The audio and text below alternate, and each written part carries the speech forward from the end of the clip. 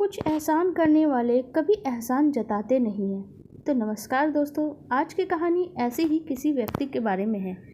जल्दी करो, देर हो रही है। कितनी देर लगाती हो एक टिफ़िन देने में? रमेश बाबू झल्लाते हुए अपनी पत्नी सीमा से कहते हैं। आ गई भी आ गई। आज आसमान सर पे मत उठा लीजिए अपना टिफ़िन। खुद सुबह उठने में देर करते हैं और सारा दोष मेरे मत्थे मढ़ देते हैं। इसे कहते हैं कोहड़ा पे हंसुआ चोक। सीमा ने मुस्कुराते हुए जवाब दिया। रमेश बाबू ने जल्दबाजी में घर से अपनी कार स्टार्ट की और सोसाइटी के मेन गेट की ओर निकलने लगे, लेकिन तभी अचानक उन्हें पीछे से किसी लड़की ने आवाज़ लगाई। साहब जी, आगे की सड़क रात भर से भरी बारिश के कारण धंस गई है।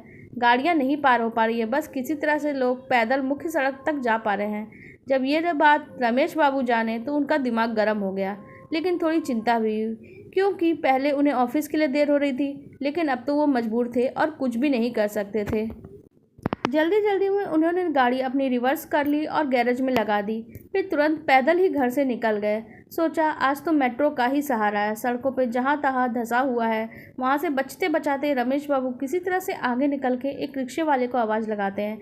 भाई, कालीघाट मेट्रो स्टेशन चलोगे? क्यों नहीं साहब, ज़रूर, लेकिन पूरे 50 लूँगा। रिक्शे वाले ने उत्तर दिया। तुम लोग भी मजबूरी का फ़ायदा उठाते हो। भाड़ा 40 रुपये है, लेकिन आज 50 मांग रहे हो। लूट लो जब तक मौका है। रमेश बाबू ने गुस्से में प्रतिक्रिया दी।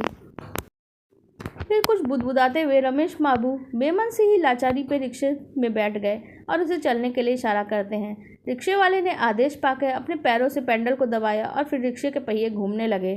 थोड़ा जल्दी चलना भाई, पहले ही बहुत देर हो चुकी है। लेकिन ये तो बताओ, आज थोड़ी सड़क क्या क्षतिग्रस्त हो गई? तुम लोग भी लगे लूटने। हद है यार मौका परस्ती की। रमेश बाबू ने कहा। ऐसा नहीं है साहब, मैं थोड़ा मजबूर हूँ और साथ ही हालात का मारा भी। रिक्शे वाले ने सफाई दी। ऐसी भी क्या मजबूरी कि दिन दहाड़े डाका डालने लगे? रमेश बाबू ने जानना चाहा। साहब, दरअसल 5 दिन पहले एक हादसे में मेरे छोटे भाई की बेहद दर्दनाक मृत्यु हो गई थी। उसी के श्राद्ध कर्म के लिए 2000 रुपये की तुरंत ज़रूरत आन पड़ी। इसलिए सोचा आप जैसी सवारियों से कुछ निकाल लूँगा। अगर फिर जुगाड़ ना हो पाए तो अंत में इस रिक्शे को ही बेच डालूँगा। रिक्शे वाले ने धीमी आवाज़ में कहा। और अब लगे फिल्मी कहानी करने? तुम जैसे धोखेबाजों के रग रग से वाकिफ हूँ मैं। रमेश बाबू ने अपनी आंखों को नचाते हुए कहा।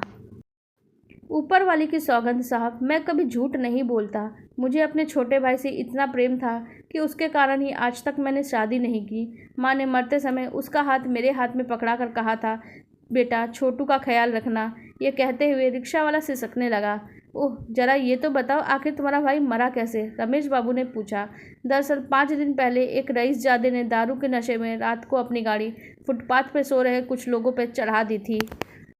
साहब, जो 3 लोगों की दर्दनाक मौत हुई थी, उस बदनसीबों में मेरा भाई भी था। यहाँ सभी कब्रों पे ताजमहल है, पर एक टूटी छत को ज़िंदगी तरसती है हम जैसों की। रिक्शे वाले ने कहा। ये सुनकर रमेश बाबू का माथा ठनक गया। वो पल ही मन सोचने लगे, अरे हाँ, ये खबर तो मैंने अखबारों में पढ़ी थी। हे भगवान। उसके बाद रमेश बाबू कुछ पल के लिए गहरे चिंतन में डूब गए, मानो अचानक उनके मुँह से शब्द गायब हो गए हों। वो बेहद गहरी खामोशी उनके इर्द गिर्द मंडराने लग गई। चलिए साहब, आ गया कालीघाट मेट्रो स्टेशन। ट्रिंग ट्रिंग घंटी बजाते हुए रिक्शे वाले ने अपनी रिक्शा की रफ्तार को शून्य कर दिया और पहिए फिर सरकारी दफ्तर के बाबू की तरह आराम की मुद्रा में आ गए। अचानक रमेश बाबू का ध्यान टूटा और वो रिक्शे से झट उतर के अपना बटुआ देखने लगे। फिर बटुए से कुछ रुपए निकाल के रिक्शे वाले को थमाते हुए जल्दबाजी में बोले, ये पकड़ो, लेकिन अपने रिक्शे को हरगिज मत बेचना।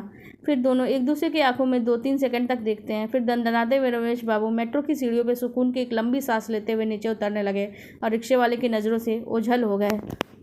रिक्शे वाले ने देखा वो नोट 4, 6, 500 के नोट थे। रिक्शे वाला अभी धन्यवाद भी नहीं कह पाया और रमेश बाबू ओझल हो गए। आपको हमारी ये कहानी कैसे लगी? कमेंट सेक्शन में ज़रूर बताइएगा। धन्यवाद।